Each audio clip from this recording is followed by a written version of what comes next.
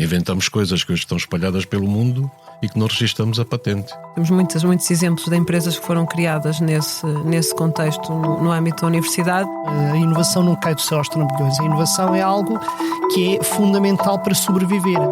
Viva! Seja bem-vindo à Liga dos Inovadores, o novo podcast do Expresso sobre o que de inovador e distintivo vai sendo feito pelas empresas em Portugal. Eu sou a Elizabeth Miranda. E eu sou o Pedro Lima. E, Elizabeth, vamos com um mês de Liga. Vamos com um mês e a avançar. Já passaram por cá a Neurospace, a Sound Particles, a Caetano Bus, a Sampaio e Filhos. 2 são startups e estão a descolar, outras 2 são empresas já maduras, criadas há algumas décadas e com centenas de trabalhadores. 2 estão na área do software e deep tech e 2 representam setores mais tradicionais. E mais virão nas próximas semanas. Para já introduzimos aqui um episódio especial e vamos estar à conversa com as 3 pessoas que se juntaram a nós para este projeto. São o nosso Conselho de Curadores e ajudam-nos a organizar ideias, a despistar dúvidas, a hierarquizar escolhas. Têm sido ajudas preciosas, Pedro. São eles António Costa Silva, que foi Ministro da Economia do Mar entre 2022 e 2024, toda a gente conhece. Isabel Rocha, Vice-Reitora da Universidade Nova e Professora em Inovação. E o Ricardo Paz Mamed, professor no ISCTE e que coordenou a avaliação do impacto dos fundos europeus na qualificação e na inovação. Sim, e o António, a Isabel e o Ricardo vão juntar-se mais vezes a nós no programa. Nesta primeira conversa começamos pelo início e para nos ajudarem a refletir sobre o que é isto da inovação, em que medida as empresas portuguesas são inovadoras e o papel das políticas públicas. Vamos a isto? Vamos lá.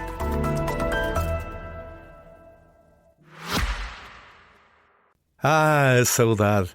Essa palavra tão portuguesa. Pois, mas há uma palavra ainda mais nossa: desenrascar. A capacidade de inovar com a solução perfeita quando é mais necessário. É verdade, Portugal é um país de inovadores. Não estou a falar do pastel de nata com cobertura de pistácio. Sim, vocês sabem quem são. Falamos do astrolábio, da alheira, do transistor de papel, dos nossos unicórnios. Falamos de toda uma liga de inovadores que trazem a este podcast os seus projetos para o futuro do país e do mundo. Realmente, nós precisamos da inovação como de sol no verão. A inovação resolve problemas. Mas para resolver um problema, é preciso primeiro entendê-lo. É aí que entram os entendedores. Como nós, na Nós Empresas. Fale connosco e seja desenrascadamente atendido e entendido por um gestor dedicado ao seu negócio. Então, António Costa Silva, começamos por si. Enquanto ministro fez vários périplos pelo país, conheceu muitas empresas, muitos empresários, mas antes disso, quem o ouvia em conferências, como eu o ouvi, saía das conferências convencido de que temos, aliás, um setor empresarial extraordinário.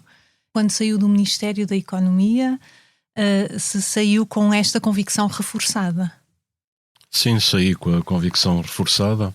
É preciso dizer que o nosso tecido empresarial é muito heterogéneo. Temos setores de ponta que competem com os melhores do mundo, temos outros que ainda estão atrasados, temos setores que estão a fazer a transição energética e digital e a desenvolver a inovação a uma escala que eu penso que é muito interessante para o país, e a inovação para mim é fazer coisas novas, enquanto a criatividade é pensar em coisas novas, a inovação é mesmo fazer coisas novas.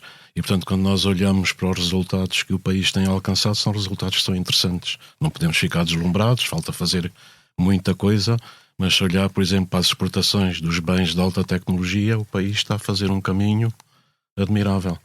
Em 2023, quando estava e seguia essa parte muito bem, porque é a mudança completa do perfil de exportações que o país tem, e nós conseguimos alcançar, no fim de 2023, exportações na ordem dos 4 mil milhões de euros. Portanto, digamos, compara com 2019, que já tínhamos estado perto desse número, mas revela que a balança tecnológica portuguesa está-se a solidificar, precisamos de fazer muito mais, e depois quando olha para os setores que são primaciais em termos destas exportações de alta tecnologia, o que é que vê? Vê nestes bens de alta tecnologia tudo o que tem a ver com produtos eletrónicos para o sistema de telecomunicações. Estamos a exportar cada vez mais equipamentos para satélites. Vê os produtos farmacêuticos. Atenção que no primeiro trimestre de 2023 as exportações de produtos farmacêuticos de Portugal aumentaram 155%. Eu, quando estava no Ministério, eu recebi o número, disse isto falta aqui uma vírgula. E não faltava vírgula nenhuma.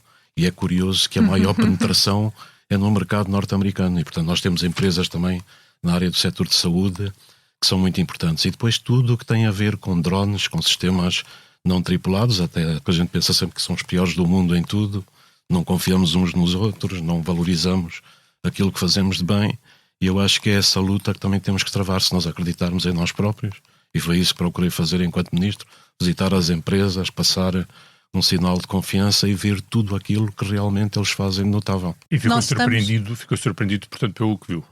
Não é, Pedro, não sou eu só que estou surpreendido, vou-lhe dar um exemplo. Em 2023, a revista The Economist, como sabem, das mais influentes do mundo, pegou numa das nossas empresas, que é a Tecnopage, que trabalha na área da saúde, e disse que é das empresas mais promissoras do mundo, onde? No desenvolvimento de produtos biológicos para medicamentos. Nós temos uma nova geração de produtos biológicos. O que é que eles fizeram no âmbito da agenda do PRR que eles lideram? É uma agenda que eu penso que é extraordinária para desenvolver os biofármacos. Eles já registraram uma patente de cura do pé diabético com produtos biológicos. E, portanto, é um exemplo das condições boas que nós temos e dos exemplos positivos no país. A Isabel é vice-reitora da Universidade Nova com a área da inovação. Como é que se ensina hoje em dia os jovens a serem inovadores? O que é preciso que tenham para, de facto, conseguirem chegar, portanto, a este nível de alguma forma, de algum empreendedorismo e inovação? Que exemplos é que se dá?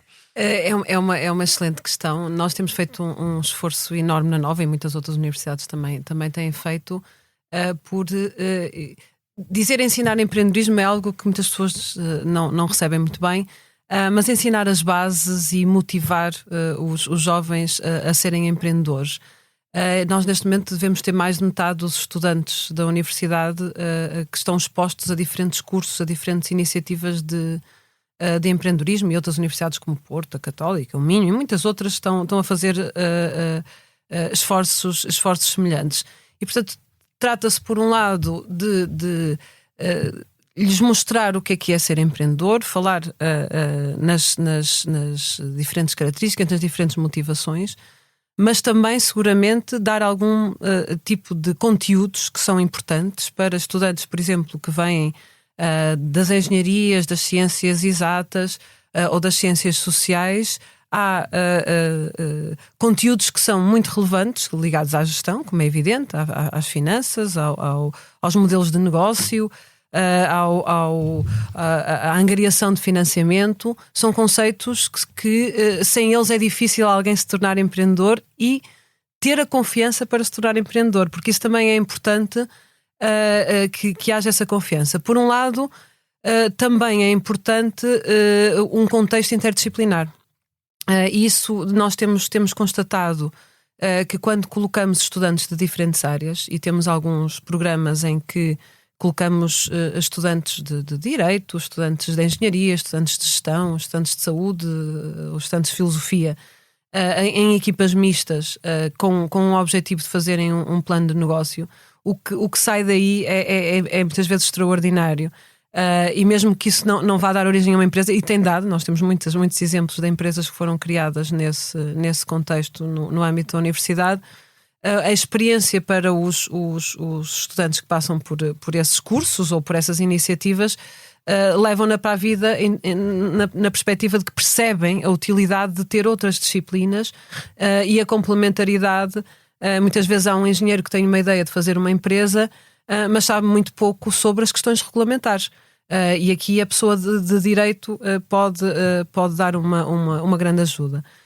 Por outro lado, isso é os skills do empreendedor, como é que nós promovemos o espírito empreendedor e como é que nós damos conteúdos relevantes e criamos um ambiente favorável, mas também isso tem que ser complementado com iniciativas de investigação e de inovação que depois possam dar origem à inovação disruptiva, que muitos dos casos que estava aí a falar, é a inovação que tem um espírito empreendedor por trás, mas também tem alta tecnologia, que precisa de ser desenvolvida nas bancadas das universidades ou nas startups ou onde quer que seja. Portanto, nós não podemos pensar que só com uma destes braços se consegue fazer uma transformação ao nível da inovação. Precisamos dos dois. Precisamos de empreendedores, mas também precisamos de tecnologia e de inovação, de patentes, não só de patentes, mas de conhecimento que possa vir dar origem a inovações mais disruptivas. Os alunos querem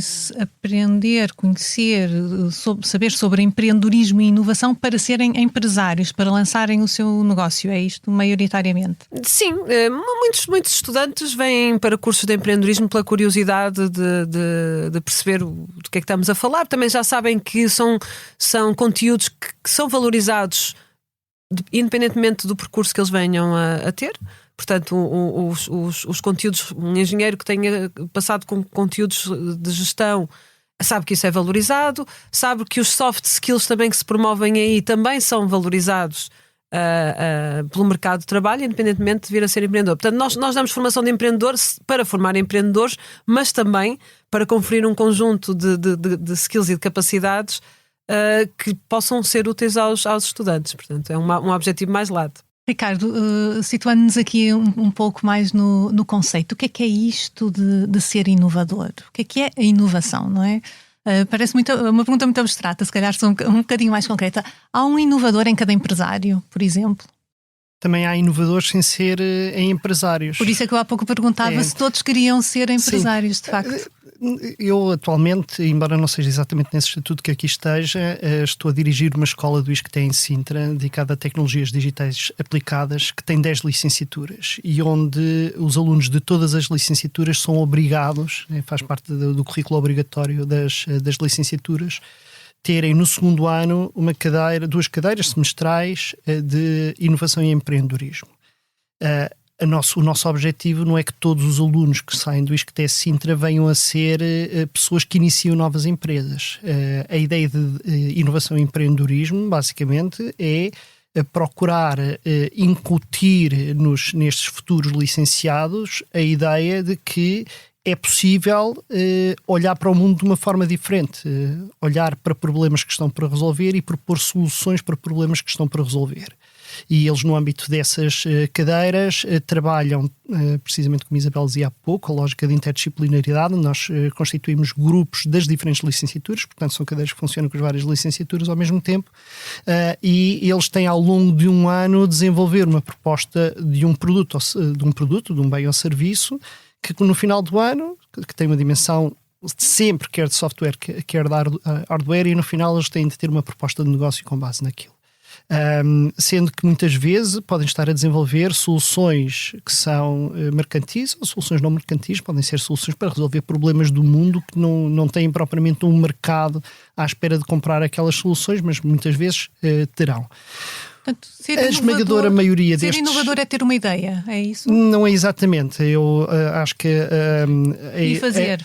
Sim. Fazer e colocá-la no mercado?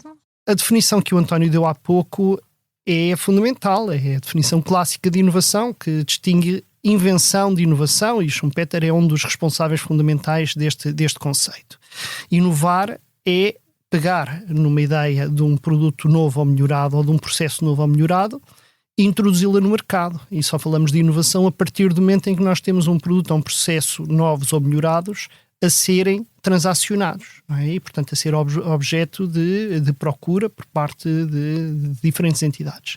E só aí é que nós falamos de inovação. E, nesse sentido, por exemplo, uma patente não é necessariamente uma inovação. Nós podemos ter patentes, e, aliás, a esmagadora maioria das patentes nunca é mais do que uma boa ideia. Algo que poderia ser uma boa ideia, algo que poderia vir a resultar e que não é necessariamente explorado. Aliás, depois falaremos sobre isso seguramente. Um dos problemas fundamentais que nós temos nas dinâmicas de inovação em Portugal é que nós temos muitos casos de projetos de investigação e desenvolvimento empresarial que chegam ao fim e são bem-sucedidos na parte tecnológica, às vezes com níveis de aplicabilidade já muito elevados, mas nunca se transformam efetivamente em novos produtos ou novos processos, mesmo quando têm qualidade para isso, e a meu ver isso tem a ver com uma das falhas fundamentais que nós temos no nosso sistema de inovação. Mas a inovação é algo que é um problema do ponto de vista analítico, porque já há muitos anos que se reconhece que a inovação é um aspecto crucial do tipo de sistema económico em que nós vivemos. ela é endógeno, a inovação não cai do céu aos trambolhões. A inovação é algo que é fundamental para sobreviver. As empresas competem tentando ultrapassar as suas concorrentes, fazendo coisas melhores, ou fazendo coisas diferentes, ou fazendo coisas com mais eficiência. E, portanto, a inovação não é algo estranho ao sistema económico, é algo que é indissociável do sistema económico em que nós vivemos. Problema: nós não conseguimos medir facilmente. Nós sabemos quanto dinheiro é que as empresas gastam em atividades inovadoras, sabemos se as empresas registram patentes ou não, mas quando queremos saber se elas estão efetivamente a ser bem-sucedidas na introdução de novos produtos ou processos, a única coisa que podemos fazer é perguntar-lhes: olha lá, você inovou? E aí o que é que os empresários dizem? Todos se sentem um pouco inovadores, não é? Sim, o problema é um problema complexo, como o Ricardo diz. E nós temos de ter uma panóplia de instrumentos que é para ir aferindo e depois desenvolver as políticas públicas que possam colmatar as falhas que existem, são muitas, no sistema de inovação. A primeira é a questão das startups. Nós temos em Portugal, em 2023, no fim, tínhamos 4.700 startups. Atenção que há o Global Startup Index, que afere para 133 países do mundo como é que as startups estão a movimentar e a desenvolver, e portanto para nós é uma indicação muito claro. Em 2023 estávamos em 26º lugar em 133 países e estávamos em 17º em termos de patentes registadas. É curioso, as patentes não significam, como o Ricardo diz, inovação por si só, mas são um indicador muito importante. Reparem que nós somos o país que há uns anos atrás não ligava muito ao capital intangível, à propriedade intelectual. E inventamos coisas que hoje estão espalhadas pelo mundo e que não registramos a patente. Costumo dizer isso, fica toda a gente irritada. A Via Verde é um exemplo excelente. Foi inventada, e não foi registada a patente. E, portanto, hoje o país perde significativamente por causa disso. Mas há muitos casos desses? Só agora é que nós estamos a ver, da parte do sistema científico e tecnológico e das empresas, um movimento diferente. E repara, uma coisa que me preocupa muito: não pode haver inovação sem investigação fundamental, sem investimento em ciência. E o último Orçamento de Estado que foi aprovado, que vai vigorar no próximo ano, temos uma redução no investimento de ciência. Isto é um sinal contraditório com tudo o que nós temos que fazer no país. Temos que investir muito mais em ciência, em conhecimento e inovação, e é por aí que o país pode competir, como nos últimos anos fez. E, portanto, ainda só estamos a investir 1,7% do PIB em ciência, inovação e desenvolvimento tecnológico. Temos que chegar a 3% em 2030 e agora há um recuo que pode ser muito difícil, porque quer o sistema científico e tecnológico, e temos um sistema científico e tecnológico em Portugal que é muito importante e que se desenvolveu de forma extraordinária e que tem ligações muito grandes às empresas. Vejamos a Universidade do Minho, Aveiro, a ligação extraordinária que tem ao tecido empresarial e a todas as empresas. Isso é absolutamente vital. Depois, em termos das patentes, o país em 2022 cresceu 7,6% e voltou a crescer 5,6% em 2023. Em 2023 registramos 329 patentes. E o meu sonho é o país registrar uma patente por dia. Mas depois temos que criar condições para transformar patentes em negócio. E isso é a falha mais brutal que existe, não só em Portugal como na Europa. Aliás, o relatório do Mário Draghi indica isso claramente. Nós investimos muito em inovação, mas depois não criamos empresas da mesma dimensão. E, portanto, para além do investimento em ciência e inovação, a questão da escala é fundamental. Reparem que 0,2% do tecido empresarial português é grandes empresas. Sem grandes empresas não alavancamos a inovação. As startups são importantes, o ecossistema é importante, mas é preciso alavancar. O que é que fizemos em termos do Plano Nacional de Recuperação e Resiliência? Procuramos desenhar um conjunto de pacotes para colmatar estas questões. E um dos grandes planos, para já, são os vouchers digitais e os vouchers tecnológicos, para ajudar as empresas que têm a ideia para testar essa ideia. São 95 milhões de euros e há muitas candidaturas a isso. Nós temos 4.700 startups que estão operativas. É também ajudá-las na demonstração dos pilotos, e há um conjunto de programas que, portanto, o montante global são 150 milhões de euros, que são chamados test beds. É facilitar no país um conjunto de infraestruturas tecnológicas e de equipamentos para convidar as empresas a testar as suas ideias, associar as startups com as grandes empresas, e isso é uma helicoidal que está a funcionar e que eu espero que venha a dar resultados, combinado depois com os polos de inovação digital, porque a digitalização é absolutamente crucial, pode transformar completamente, digamos, o nosso panorama industrial e a nossa economia, e, portanto, o impacto que a digitalização da economia pode ser muito significativo. Se compararmos com a Revolução Industrial, é uma escala que pode ser ainda muito maior. Falou de rankings. Há também um ranking que volta e meia, portanto, é muito mediatizado, que é o do European Innovation Scoreboard, que portanto faz a comparação com os países da União Europeia. Portugal aparece como um inovador moderado. Tem toda a razão. Mas já houve um ano em que Portugal saltou de escala e eles alteraram os critérios. Ok. Portanto, a União Europeia também é muito importante. Temos estas coisas todas. Quando aparece um país que subitamente transitou de inovador moderado para um inovador forte, que é comandado hoje pela Bélgica, atenção que a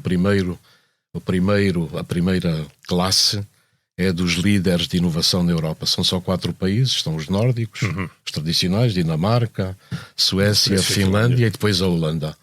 E a seguir vem a Bélgica. A Bélgica esteve ali, passou para os inovadores fortes. Mas Portugal, que somos inovador moderado, hoje acho que estamos em 18ª, ou 19º ou 18º, nós já passamos. Mas no ano em que passamos, quer dizer, a gente pode dizer que é azar dos tábuas. É por isso que eu também às vezes fico um bocado inquieto com todo este funcionamento, sabem? Porque há aqui um mantra europeu que os países funcionam assim e depois... Portanto, na sua opinião, essa nossa posição não reflete o estado... Não reflete, é também uma coisa... Temos de ter o Global Startup Indication Index, temos de ter o European Innovation, também acho que é muito importante, mas depois temos que ver o funcionamento do nosso próprio sistema produtivo e aquilo que se está a fazer.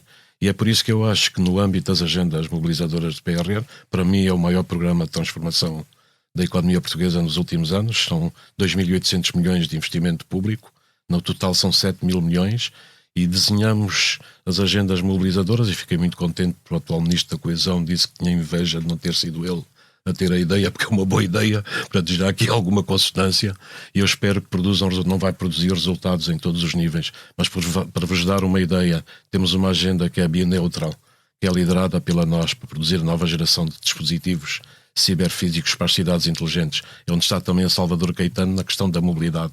A Salvador Caetano, no âmbito destas agendas, está a desenvolver os novos autocarros a hidrogénio para aeroportos. A Salvador Caetano é o maior player mundial neste segmento de mercado. E o que é que aconteceu?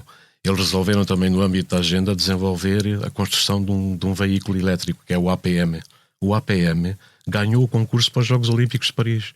Foi o veículo, e nós não vimos, é por isso que eu estou contente com este programa, porque não vimos eco absolutamente nenhum na nossa empresa. Nós temos uma empresa portuguesa, mas eu queria só, se me permitir, Elizabeth, porque isto é muito importante. O que é que se passa? A grande companhia que trabalha com a Salvador Caetano é a Toyota. E a Toyota via a Salvador Caetano como uma espécie de assembler, montagem dos equipamentos que eles enviam. Agora está a vê-los como um maker de carros elétricos. E era um projeto que nós tínhamos, infelizmente o governo caiu na altura, mas havia uma viagem prevista ao Japão com o Primeiro-Ministro, exatamente para, com a Toyota, conseguirmos captar o investimento que eles querem fazer numa fábrica de veículos dar uma ideia ao atual governo. Isso passei tudo na pasta de transição. Eu aí sou muito institucional, porque a gente quer é o bem do país. Isabel, também é assim grande entusiasta das nossas empresas e empresários? Sem dúvida, temos um conjunto interessante de inovação a diferentes níveis. E só para complementar aqui as questões sobre os conceitos de inovação, é mais ou menos aceite que a inovação tem diferentes graus. Pode ser uma inovação disruptiva ou uma inovação mais incremental. E aquilo que nós sabemos, pelos estudos que foram feitos ao longo dos anos, é que é muito difícil acontecer inovação disruptiva no âmbito de empresas já muito estabelecidas, pelo menos numa primeira fase, porque isto implica uma alteração radical dos processos e, portanto, nós precisamos de criar condições para haver estes dois tipos de inovação, porque a inovação mais incremental é uma inovação menos arriscada, mas que muitas vezes tem um impacto económico importante. Mas aquela que na Europa se tem falado ultimamente muito é a inovação disruptiva e os tais deep tech que se tem andado a falar muito, que é aqui onde nós temos estado muito para trás e estamos a ficar para trás daquilo que são a China e os Estados Unidos já estávamos seguramente e não estamos a conseguir trazer inovações que sejam suficientemente disruptivas para criar, inclusive, indústrias, para criar setores industriais. Disruptivo é criar um produto de raiz. Completamente novo. É ser um Bill Gates. Sim, quer dizer, um exemplo muito mais do dia-a-dia é aquilo que foi a Tesla face aos automóveis de combustão. Ou seja, a inovação da Tesla e dos veículos elétricos, mas a Tesla esteve à frente, não há dúvida nenhuma, foi disruptiva no sentido em que alterou completamente a forma de produção de automóveis, e por isso é que ela não nasce dentro da indústria automóvel, que depois adota esses processos.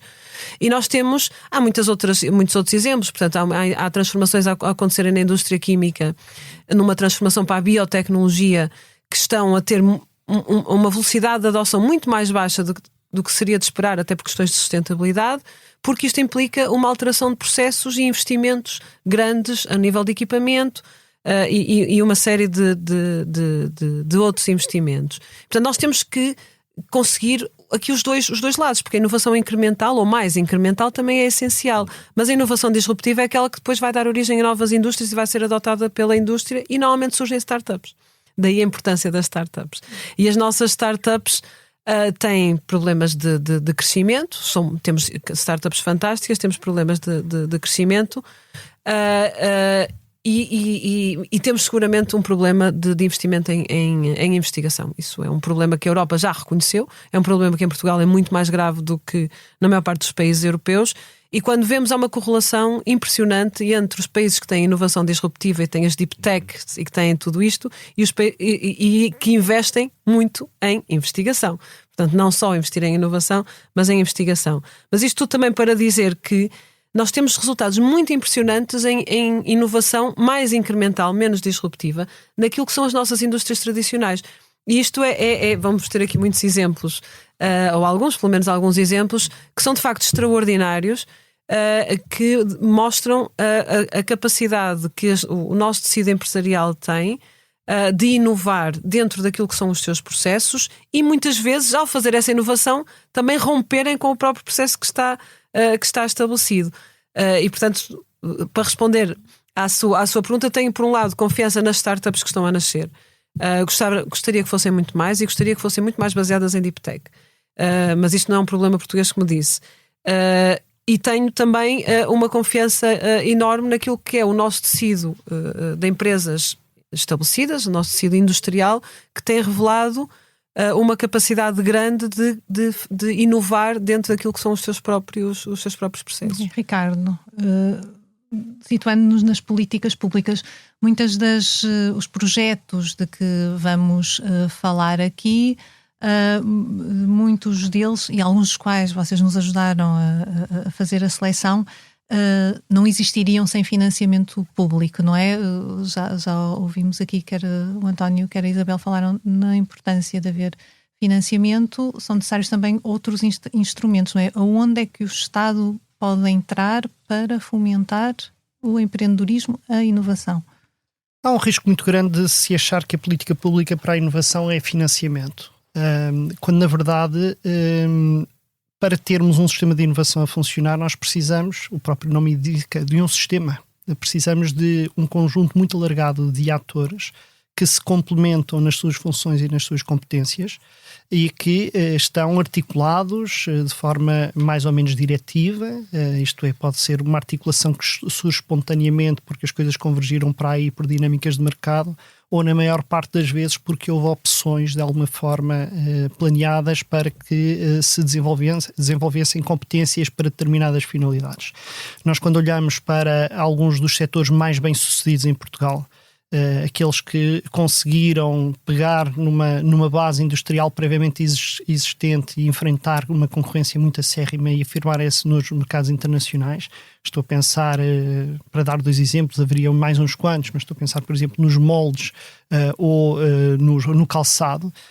são setores que hoje são muito inovadores, muito internacionalizados e cujo desenvolvimento é indissociável de todo o ecossistema de inovação que aconteceu em Portugal, que passou por formação de pessoas altamente qualificadas. Ainda não estamos a falar de investigação e desenvolvimento no sentido da investigação que se faz nas universidades, lá se chegou mais tarde, mas em primeiro lugar pessoas com competências de engenharia desenvolvidas, formação profissional, centros tecnológicos, centros de formação, políticas de internacionalização, seja para apoiar a entrada nos novos mercados, seja através de garantias, de subsídio à participação em feiras, políticas de criação de redes, de clusterização, políticas que põem diferentes atores em contacto uns com os outros.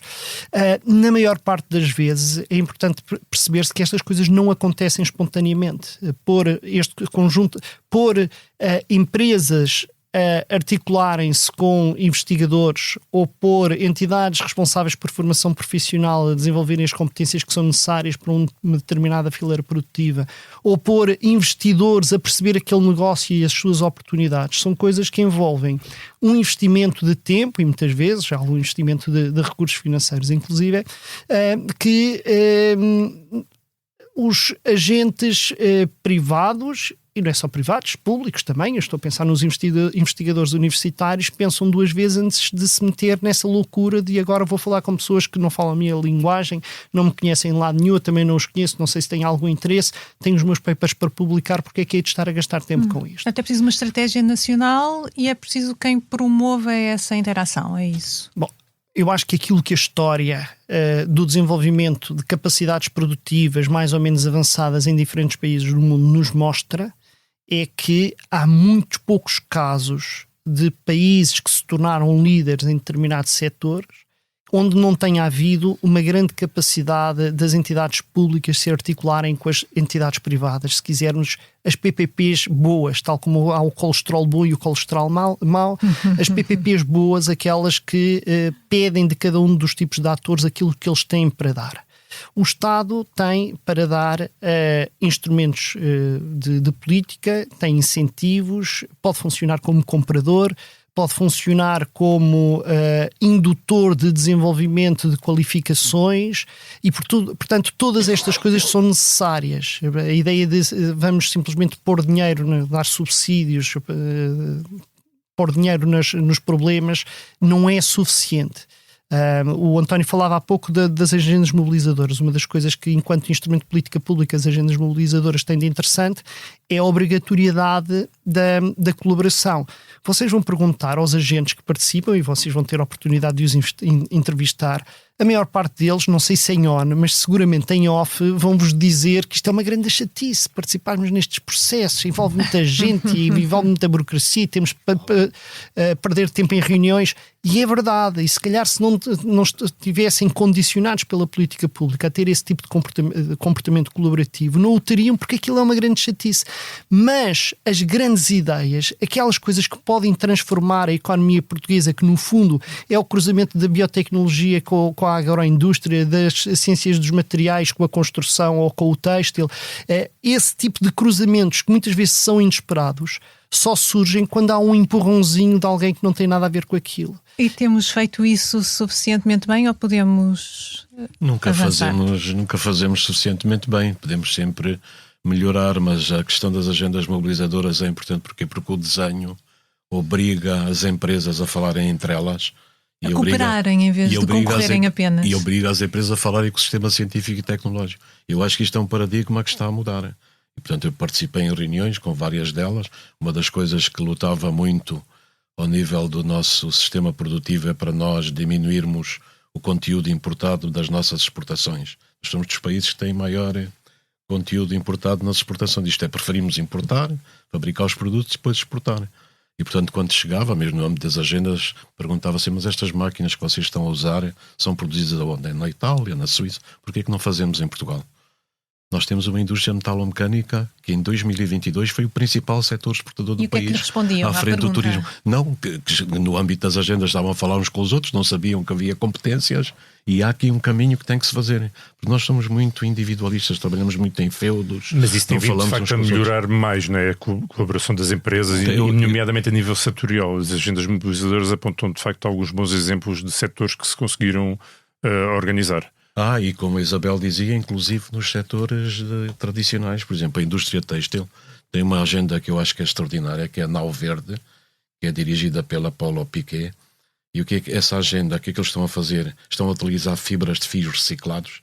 Reparem que a indústria têxtil é daquelas em que a taxa de reciclagem no mundo é das mais pequenas, é menos de 1%. Portanto, as empresas que adotarem a economia circular, reciclarem os seus materiais, vão ter vantagens. E depois é a eficiência no uso da água, eficiência no uso dos diferentes materiais e atenção à utilização da inteligência artificial para estudar os mercados. Eles estão com a inteligência artificial a construir o que eles chamam uma tecidoteca, uma biblioteca de tecidos, investigam no mercado quais são as tendências para as próximas estações e reconfiguram toda a cadeia produtiva para responder e estar na linha da frente. E, portanto, o calçado que o Ricardo falou, o calçado tem uma agenda que é a Feist, que é a fábrica ágil e inteligente do futuro, e também a incorporação de novos materiais, desde as solas, as gáspias, novos materiais, a reciclagem. Isto confere a estas indústrias já competitividade em alguns dos segmentos mais avançados. O calçado compete com o calçado italiano hoje nos segmentos de maior valor acrescentado. E, portanto, o que eu digo é que há aqui, digamos, esta conjugação de esforços, este objetivo de modernizar a economia, de olhar para o futuro e, portanto, de dar saltos que sejam significativos. Agora, uma coisa que eu sempre me inquietou muito, e já falamos disso aqui, não sei, noutro programa pode-se discutir, e tem também muito a ver com a discussão que o Mário Draghi suscitou. Teremos e, aliás, outros programas mais adiante. Quando estava no Conselho de Competitividade, nós tivemos várias reuniões de trabalho com ele, e que é porque que a gente compara-se com os Estados Unidos e estamos muito atrás. E repara, uma das coisas que estava a lutar, porque são aquelas normas da Europa, os Estados Unidos e no Reino Unido, os fundos de pensões, as seguradoras, os investidores institucionais podem investir em startups sem nenhuma barreira. As normas contabilísticas e prudenciais que a União Europeia pôs, e portanto isto é só para a Europa continental, estes grandes fundos, quando investem em startups ou novas tecnologias, têm que provisionar 50% à cabeça como perda. Repare, isto remove. Nós, com 2% de investimento destes fundos, nós podíamos dar um salto significativo. Mas na Europa damos tiros nos pés. E eu dizia isso aos meus colegas, aos ministros da Economia, a suscitar, porque aquelas reuniões arriscam-se a ser quase um ritual. Cada um leva a sua folha, repete a posição do seu país e não se discute realmente os problemas. Eu dizia, olha, isto tem que ser atendido. A inovação, nós estamos a perder. E quando olha para os indicadores, isto é letal para a Europa. Só 7% das patentes da inteligência artificial no mundo vêm da União Europeia. Só 1/10 dos dados que são gerados na União Europeia ficam na União Europeia. A economia de dados está aí para outros lados. Quando analisa os semicondutores, nós nos anos 90 a Europa produzia mais de 90%, mais de 23% dos semicondutores, hoje é abaixo dos 7%. E das 20 maiores empresas tecnológicas do mundo só tem uma europeia. E, portanto, investimos e depois as coisas não funcionam e não tiramos lições. E, portanto, temos estas barreiras que impedem. Nós já não temos assim muito tempo. E Isabel, falávamos aqui um bocadinho da colaboração entre diferentes entidades e empresas. Há um caminho que já foi feito, mas ainda é preciso melhorar aí, de facto. Concorda com essa análise? Concordo muito com essa análise. Começando por aquilo que eu penso que tem corrido bem, já foi aqui falado, a organização de alguns setores, outros nem tanto, as agendas mobilizadoras, os laboratórios colaborativos que... obviamente podemos apontar críticas ao processo, mas eles estão aí, muitos deles estão a criar impacto, outros seguramente não, mas é uma ideia que não é nova, mas de colocar à mesma mesa e numa base diária universidades, empresas, startups e outros atores, agricultores e não só. Portanto, isso eu penso que tem vindo a aproximar muito os diferentes atores aqui no ecossistema de inovação. Do lado que mais me toca aqui como alguém que trabalha na universidade, apesar de também ter estado envolvida na criação de startups, mas tem muito a ver com como é que se olha para a universidade como criação de valor? Basta dizer que o financiamento das universidades não está minimamente indexado à capacidade que as universidades têm de fazer investigação de alta qualidade ou de a traduzir ou de a transpor para o mercado. Devia haver, portanto, um incentivo. Não há qualquer relação. As universidades têm que mobilizar fundos próprios para criar os seus gabinetes de transferência de conhecimento e, portanto, isso explica porque é que algumas universidades em Portugal não têm esses gabinetes ou têm gabinetes muito reduzidos porque não têm essa capacidade financeira. E esse setor de transferência de conhecimento, de criação de valor, e quando falamos em transferência de conhecimento, a abrangência é muito grande. Estamos a falar de conhecimento que é criado nas universidades e que pode chegar às empresas e mudar processos, ajudar a criar novos produtos, mas também conhecimento que pode estar na origem da criação de startups. A Bélgica, que falou há pouco, é um exemplo interessante, mas em muitos outros países europeus, em que o Estado apoiou a criação desta capacidade de transferência de conhecimento que abrange várias universidades ao mesmo tempo, portanto, nas regiões da Bélgica. O que é que isto quer dizer? Que a massa crítica que se cria, porque a transferência de conhecimento é uma área que ela própria precisa de conhecimentos aprofundados. Não é um cientista que vai perceber como é que vai melhor transferir aquele conhecimento. A empresa também muitas vezes não sabe, ou seja, é preciso alguém que esteja nesta interface. É preciso profissionais altamente qualificados nesta interface e é preciso massa crítica em diferentes áreas desta interface. Uma universidade sozinha não consegue ter esta massa crítica. E, portanto, há muitos países que adotaram soluções da criação de plataformas para todas as universidades com essa massa crítica e que apoiam nessa criação de conhecimento. Eu acho que aí ainda há um caminho longo a percorrer em Portugal. Por um lado, incentivar as universidades a fazerem essa ponte.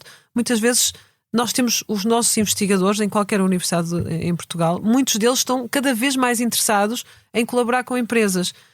Os mecanismos de como fazer isso, de como fazer esta ponte, não estão muito desenvolvidos, pelo menos no país como um todo, e não há a massa crítica suficiente para fazer esta criação de valor. Ricardo, startups a fechar é um sinal de vitalidade ou é algo preocupante? Não me agrada muito quando nós nos centramos nas startups para falar de inovação e de tecnologia, porque as startups têm um papel relevante, mas elas não têm o mesmo papel em todos os setores de atividade. Lembro-me sempre, na literatura de inovação fala-se sempre de dois tipos de inovação, que é o Schumpeter Mark I e Schumpeter Mark II. Schumpeter Mark I é do livro que ele publicou em 1911, da Teoria de Desenvolvimento Económico, em que a figura do inovador, do empresário inovador, era a figura heroica das economias e tudo que havia de transformação era feito a partir dessa figura heroica que, a partir da sua empresa, criava novos produtos e transformava o mundo.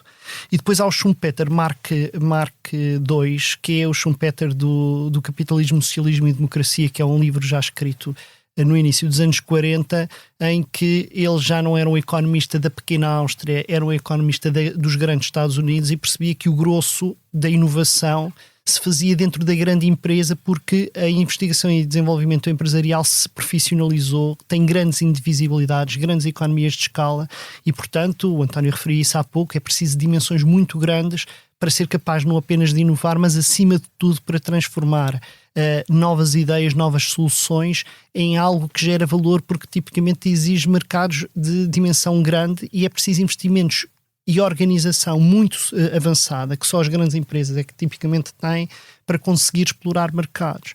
E, portanto, eu acho que é importante, eu concordo perfeitamente com a ideia que a Isabel referia há pouco, que as startups são um elemento crucial para introduzir novidade no sistema, mas elas são apenas uma das partes.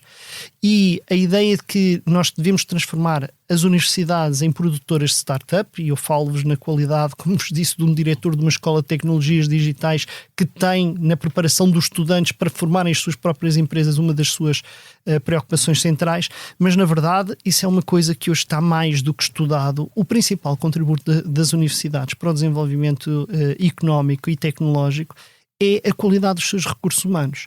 Há algum risco de nós esquecermos essa componente quando enfatizamos outras. E, portanto, eu acho que deve haver um equilíbrio. Em Portugal já há mais de 20 anos, diria até 30 anos, que há programas para desenvolver gabinetes de transferência de tecnologia e eles claramente não têm funcionado. Acho que a sugestão que a Isabel aqui nos trouxe é algo que vale muito a pena pensar, o tentar ganhar massa crítica através de consórcios de universidades. Vale a pena pensar que há um problema de base que tem a ver com os incentivos à carreira universitária.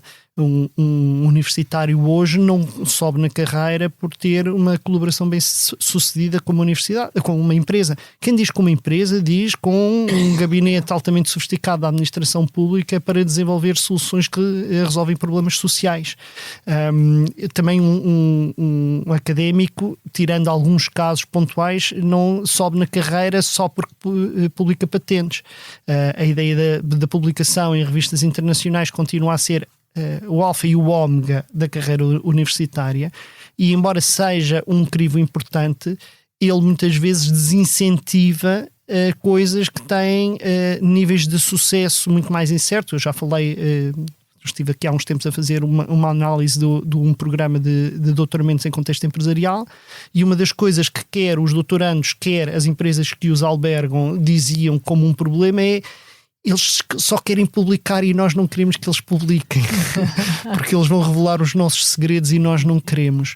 E, portanto, resolver este tipo de micro-incentivos que existem no sistema é uma coisa muito importante para conseguirmos desenvolver este tipo de parcerias. Dito isto, e só para terminar, queria chamar-vos a atenção para isto. O Pedro referiu há pouco o Innovation Union Scoreboard. Há um equívoco muito grande que é, e isso hoje está mesmo demonstrado, o desempenho dos países no Innovation Union Scoreboard está intimamente ligado à sua estrutura produtiva de base. É óbvio que uma Suécia que é especializada em setores de alta tecnologia precisa de patentear muito e ter muita colaboração com universidades e ter muita despesa em I+D. Se nós tivermos um país que é essencialmente especializado em setores de baixa intensidade tecnológica, não é suposto uma empresa de têxtil investir tanto em I+D e ter tantas patentes como uma empresa de eletrónica ou da aeroespacial. E, portanto, isto para dizer o quê? Portugal, quando nós corrigimos o Innovation Union Scoreboard pela estrutura produtiva, apercebemos que o desempenho já é muito positivo em termos de indicadores habituais de inovação. Por exemplo, o nível de colaboração entre universidades e indústrias, quando descontado o efeito da estrutura produtiva em Portugal, já é muito elevado. Isto serve para dizer o quê? Que se calhar o problema não é tanto a inovação. O problema é a estrutura produtiva. É saber como é que nós damos saltos para desenvolver atividades económicas que ainda estão subdesenvolvidas em Portugal, ou têm subrepresentadas. E embora isso passe muito pela política de inovação, não passa só pela política de inovação. Passa por políticas que estão ligadas ao financiamento, à internacionalização e, portanto, é mesmo importante termos uma visão sistémica. Se a nossa preocupação com a inovação não é um fetichismo, mas é a consciência de que é através disso que se desenvolve uma economia.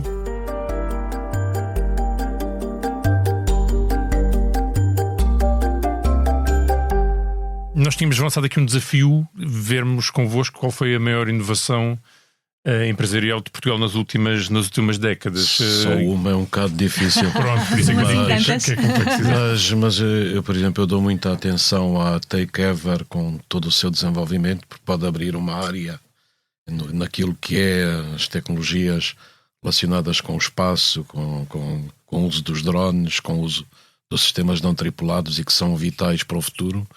Porque eu defendo que em Portugal e nos outros países vai acontecer, nós temos que ter uma internet do território e o Estado tem que investir bastante, porque nós gastamos rios de dinheiro com os incêndios e as consequências, com as questões agrícolas, com as secas. Se nós apostarmos nos sensores, nos drones, na vigilância do espaço e depois conseguirmos construir um gêmeo digital, quer do território, quer do oceano, nós podemos antecipar todos esses fenómenos. E se calhar o investimento em ciência, tecnologia, é mais pequeno do que aquele que todos os anos o país faz para fazer face às consequências destas catástrofes e, portanto, nós ainda não sabemos gerir muito bem este ciclo. E a Takeover aqui é extraordinário. Aliás, ela está a exportar para vários países do mundo. Depois também dou muita atenção à área da saúde. Eu acho que a área da saúde, se nós tivermos uma política industrial pode ser muito importante e, portanto, aí nós não temos só a Ovion e a Bial com as suas características, mas a Tecnopage e atenção a Blue Pharma. A Blue Pharma está a desenvolver a nova geração de medicamentos injetáveis complexos com base nas moléculas pequenas, nos peptídeos, nos ácidos nucleicos. Eu acho que aí também o meu sonho é nós termos uma espécie como da empresa dinamarquesa Novo, como é que se chama? Novo Nordisk. Novo Nordisk, e podemos ter Novo Nordisk, tem para aí 30-40% do PIB da E já está aqui a antecipar alguns dos nossos futuros convidados. Isabel, pois eu estava à espera que houvesse aqui algum overlap, não é? Alguma sobreposição. Eu escolhi de facto os dois primeiros medicamentos feitos totalmente em Portugal. Um para a epilepsia e outro para a doença de Parkinson, feitos pela Bial, pelo marco que foram, e também porque abriram de uma certa forma um caminho para um conjunto de outros, espero eu, em breve, novos medicamentos que possam vir a surgir por parte de algumas das empresas que falou. Quando nos comparamos com a China, o Economist fez uma análise uns meses atrás por setor no que diz respeito à investigação e à inovação, e com critérios muito ligados à investigação. E dos poucos setores em que a Europa ainda tinha um avanço significativo em relação à China e estava muito próxima dos Estados Unidos, era nas ciências da vida. Há várias razões que depois podemos detalhar o porquê. É difícil estabelecer um ecossistema de inovação nas ciências da vida, mas uma vez que ele está estabelecido, de facto, o valor criado é grande. Em Portugal ele é recente, e portanto estes medicamentos foram se não estou em erro, 2009 e 2016, portanto o 2016 com muito maior importância, mas a Bial neste momento já está em 50 mercados, já fatura centenas de milhões de euros. E temos de facto muitas outras empresas no setor que poderão levar este tipo de transformação. Tivemos uma empresa relacionada com, era uma spin-off da Universidade Nova, mas certamente haverá outros, falando na Tecnophages, mas a Cellmabs, que foi uma empresa que desenvolveu aquilo que pode vir a ser um medicamento transformador para todos os tumores sólidos e que despertou o interesse da BioNTech na maior operação que foi feita o ano passado na Europa. E que é apenas um dos exemplos. Há muitos mais e, portanto, não querendo ser injusta, porque a Tecnophages tem mais, é um exemplo, mas há muitos outros que poderão ser novos medicamentos feitos em Portugal, ou pelo menos iniciados em Portugal. Ricardo. Vocês simplificaram muito a vida quando colocaram o horizonte longo e disseram nas últimas décadas, e por isso eu vou-vos simplificar a vida e vou-vos dar a inovação, para mim, mais importante. Eu acho que as inovações verdadeiramente importantes são aquelas que transformam a vida das pessoas e que transformam as sociedades, às vezes sem darmos por isso. Nós hoje tomamos a eletricidade ou a água canalizada como coisas normais, mas não foram, em seu tempo foram inovações. E em Portugal nós temos uma coisa que é quase isto, que é o multibanco. Eu já vivi em 2 outros países, para além de Portugal. Vivi na Holanda e em Itália, portanto, num país do Norte e num país do Sul.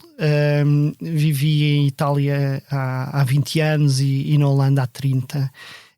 E em nenhum destes países eu tive o privilégio que tenho em Portugal de ter um multibanco que tem os bancos todos ligados, que tem a facilidade que tem de pagamentos das mais variadas coisas, e isto é assim há 30 anos.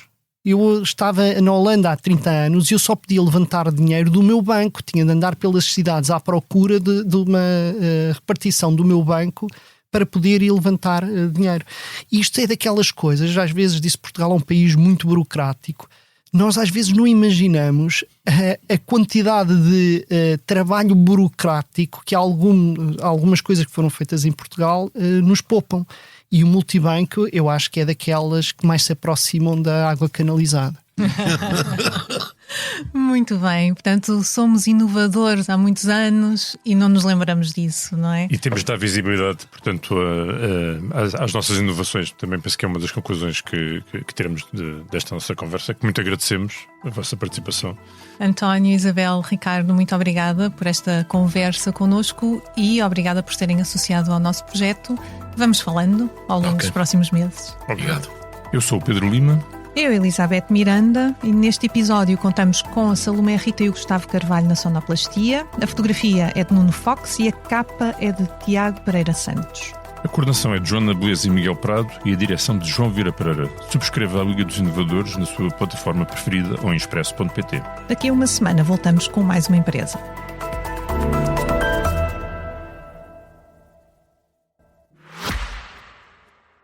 Ah, saudade! Essa palavra tão portuguesa. Pois, mas há uma palavra ainda mais nossa: desenrascar. A capacidade de inovar com a solução perfeita quando é mais necessário. É verdade, Portugal é um país de inovadores. Não estou a falar do pastel de nata com cobertura de pistácio. Sim, vocês sabem quem são. Falamos do astrolábio, da alheira, do transistor de papel, dos nossos unicórnios. Falamos de toda uma liga de inovadores que trazem a este podcast os seus projetos para o futuro do país e do mundo. Realmente, nós precisamos da inovação como de sol no verão. A inovação resolve problemas. Mas para resolver um problema, é preciso primeiro entendê-lo. É aí que entram os entendedores. Como nós, na Nós Empresas. Fale connosco e seja desenrascadamente atendido e entendido por um gestor dedicado ao seu negócio.